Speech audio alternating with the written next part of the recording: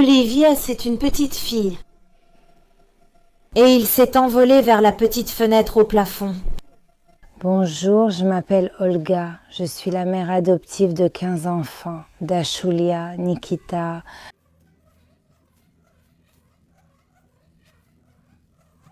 Danechka, Aleftina et Mishuta.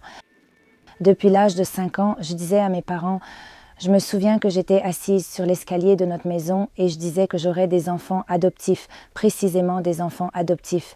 Depuis l'âge de 18 ans, j'allais dans des orphelinats, je jouais avec les enfants, je leur apportais des friandises.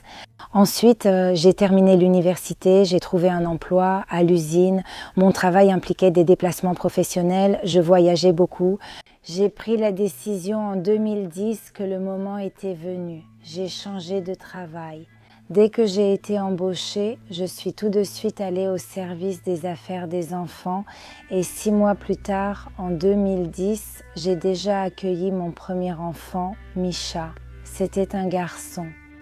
Je n'ai consulté personne et je n'ai discuté de ces moments avec personne parce que c'est ma décision, c'est ma responsabilité, rien qu'à moi.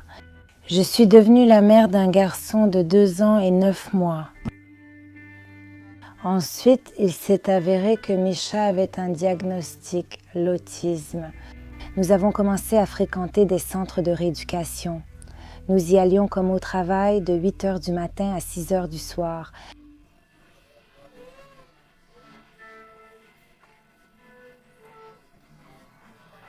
J'ai compris que c'était mon destin, que je m'en sortais, que tout allait bien pour moi, que nous avions tout ce dont nous avions besoin.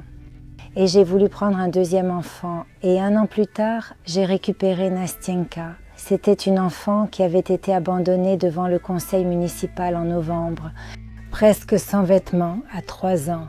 Elle a passé 1 an à l'hôpital, dont un séjour en réanimation. Au moment où je l'ai récupérée, elle avait 4 ans et pesait 7 kilos, c'est-à-dire le poids d'un bébé de 8 mois. La rééducation se poursuivait déjà à la fois avec Misha et avec Nastia. Ensuite, 1 an plus tard, je suis allée au service des affaires des enfants et j'ai dit que je pouvais et que je voulais accueillir un autre enfant. Ils m'ont dit, oui, nous avons une petite fille, Machenka, 6 ans, que personne ne veut prendre.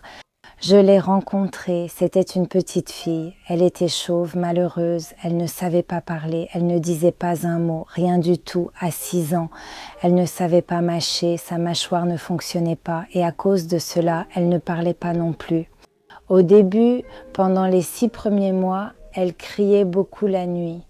Elle ne pouvait pas dormir, elle se cachait dans un coin, assise dans le coin, les jambes repliées, serrant ses genoux avec ses bras.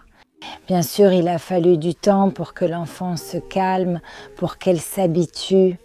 Bien sûr, nous avons beaucoup travaillé avec elle. Il y avait des orthophonistes tous les jours et moi aussi, je travaillais sur son langage, sur sa parole. Maintenant, elle a 15 ans et elle parle déjà assez bien. Et quand nous avons passé la commission médicale à la fin janvier, j'ai appris du médecin que Masha avait en fait une petite sœur. La petite sœur se trouve dans un orphelinat à Odessa. Elle a été retirée de la famille à la naissance. Vikulia. Je suis tout de suite allée au service. J'ai écrit une demande pour dire que je voulais la prendre parce que tout d'abord pour des raisons éthiques. Comment vais-je expliquer plus tard à Matcha pourquoi sa sœur grandit dans le système, dans un orphelinat? Il s'est avéré qu'à ce moment-là, Vikulia ne marchait pas, qu'elle avait des broches dans les jambes. Quand je suis allée voir la directrice de la pouponnière, elle m'a dit « Mais enfin, ce n'est pas un enfant, c'est un petit grenouille, vous n'en avez pas besoin. Ça m'est égal, c'est un enfant, c'est tout. » Ça veut dire que c'est celui qui m'est destiné puisqu'il entre dans ma famille de cette façon. À ce moment-là, Vikulia avait 3 ans et Masha en avait 6. Et donc, 3 semaines plus tard, j'ai ramené Vikulia à la maison. Elle a commencé à marcher toute seule chez moi au bout de 2 mois. Un enfant qui n'avait pas marché pendant 3 ans. Et j'ai eu alors 4 enfants. un garçon et 3 filles. Nous sommes actuellement dans notre appartement, dans l'appartement de ma mère, où nous avons vécu avec les enfants pendant 8 ans avant d'avoir notre propre maison. C'est un appartement de 4 pièces à Odessa. Voici le salon où les enfants jouent, étudient et regardent des dessins animés. C'est la chambre des garçons. Il y a 5 lits ici. Voici un lit superposé à 3 niveaux et là un lit superposé à 2 niveaux. Voici la chambre des filles. Il y a aussi des lits ici. Ici, là-bas, ici.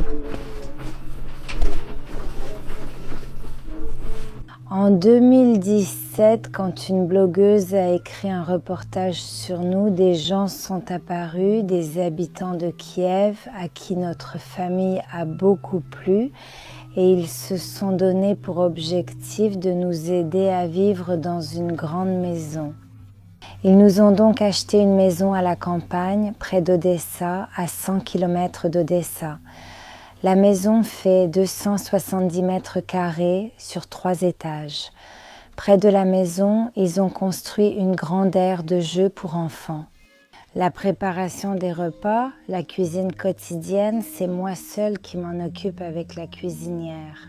Les enfants peuvent éplucher les pommes de terre, ils peuvent couper les légumes, ils aident à préparer les ingrédients.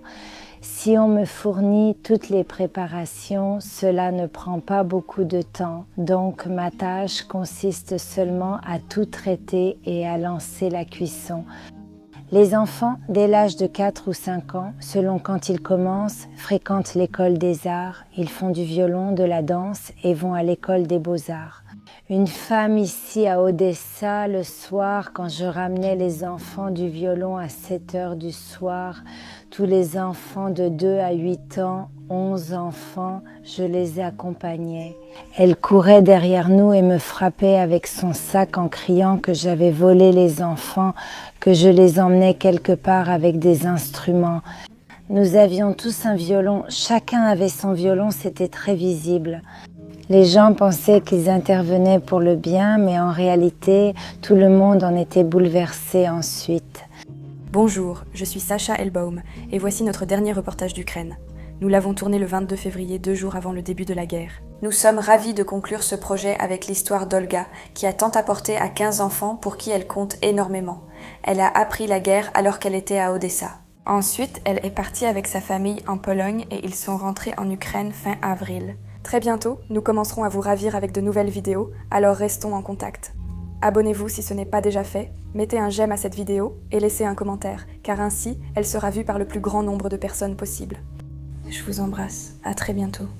Une amie à moi, qui était aussi une maman de plusieurs enfants avec des enfants adoptifs, m'a appelée et m'a dit que dans son village près d'Odessa, il y avait 2 garçons d'origine orientale.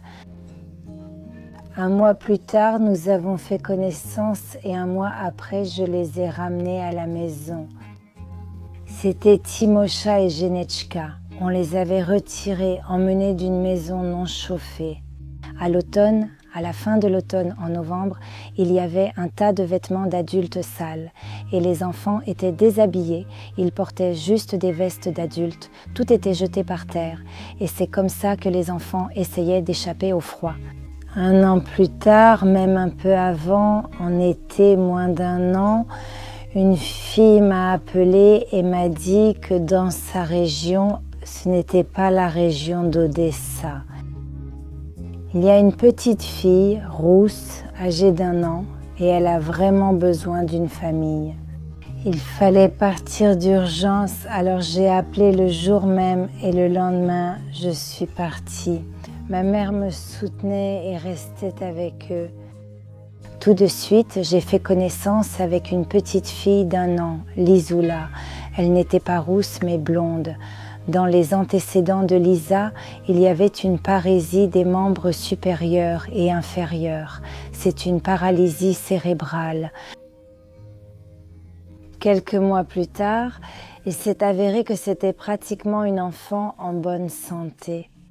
très douée, très vive, une magnifique petite princesse, la plus jeune. Tout le monde la portait dans ses bras. Je travaillais encore avec 6 enfants quand j'ai accueilli Timosha, Genia, le 5e et le 6e enfant. Je travaillais dans une entreprise alimentaire, dans une usine de produits de boulangerie, comme ingénieur en qualité, en standardisation de la qualité. Et après avoir accueilli Lisa, qui avait 1 an, cela n'a plus été possible de concilier les deux. Ce n'est pas l'âge pour aller à la crèche, en plus il y a des problèmes de santé. Oui, avec le 7e enfant, j'ai dû arrêter de travailler. Le premier enfant, Misha, est adopté, il n'y a aucune allocation pour lui et 14 enfants sont sous ma tutelle. L'allocation de tutelle est de 4 800 hryvnias, c'est pour chacun. Donc en fait, on a l'impression que c'est beaucoup d'argent, mais en réalité, ça ne couvre que la nourriture, les charges et les fournitures scolaires. On vit, j'essaie d'économiser ici et là, d'utiliser les choses avec soin. Après Lisa, il y a eu 4 enfants. 1 an plus tard, un groupe familial de l'ouest de l'Ukraine, de Transcarpathie. On ne sépare pas les enfants, c'est interdit. La plus grande fille avait 8 ans, Dachulia, puis venait Nikita, 7 ans, Christina, 6 ans et Alyosha, 4 ans. Voilà, je les ai ramenés à la maison. La plus grande fille était en 3e année, elle ne savait ni lire ni écrire. Ensuite, nous avons eu un apprentissage intensif. Les enfants ont pris des notes, ils ont su lire à voix haute au bout de 2 mois. C'était 4 enfants doués. Seule Christinochka a des crises épileptiques. 4 enfants sont arrivés dans ma famille en 2020. Élisée, 6 ans, Danechka, 7 ans, Aleftina, 3 ans et Snejana, 8 ans. Élisée a 2% de vision dans un œil et 7% dans l'autre. Tous mes enfants sont scolarisés dans une école ordinaire. Aucun d'eux ne suit un enseignement spécialisé. Élisée suit un enseignement individuel. Les professeurs viennent à la maison car il en a besoin. Il a aussi une neurologie très lourde, en plus de ses problèmes de vue. Et Misha suit aussi un enseignement individuel avec des professeurs qui viennent à la maison. Les enfants ne sont jamais jaloux, tout le monde reçoit la même attention. Ils savent que je suis leur vraie maman, que je les ai portés dans mon cœur, mais ils connaissent leur histoire seulement en surface, sans qu'on insiste particulièrement là-dessus. Connaissez-vous certains des parents biologiques? Non, jamais avec personne. Et je pense qu'ils n'en ont pas besoin maintenant à leur âge. Ils n'ont pas besoin de retourner à ce passé horrible qu'ils ont vécu. En général, ils n'ont ni électricité ni chauffage et l'été, les enfants courent encore quelque part, se nourrissent des potagers. Mais en hiver, il n'y a plus rien nulle part. Il n'y a rien à prendre, nulle part où manger, nulle part où se protéger du froid. Certains enfants vivaient avec des animaux dans de petites cabanes pour animaux. Les parents boivent jour et nuit chez des connaissances et les enfants sont livrés à eux-mêmes. Aucun enfant ne m'a posé la question. Est-ce que tu as assez de temps pour ce genre de choses? Je ne sais pas, sortir quelque part avec des amis ou des amies? Non, ça il n'y en a pas du tout. Je ne sors nulle part avec des amis ou des amis, c'est-à-dire que je n'ai pas ce genre de temps.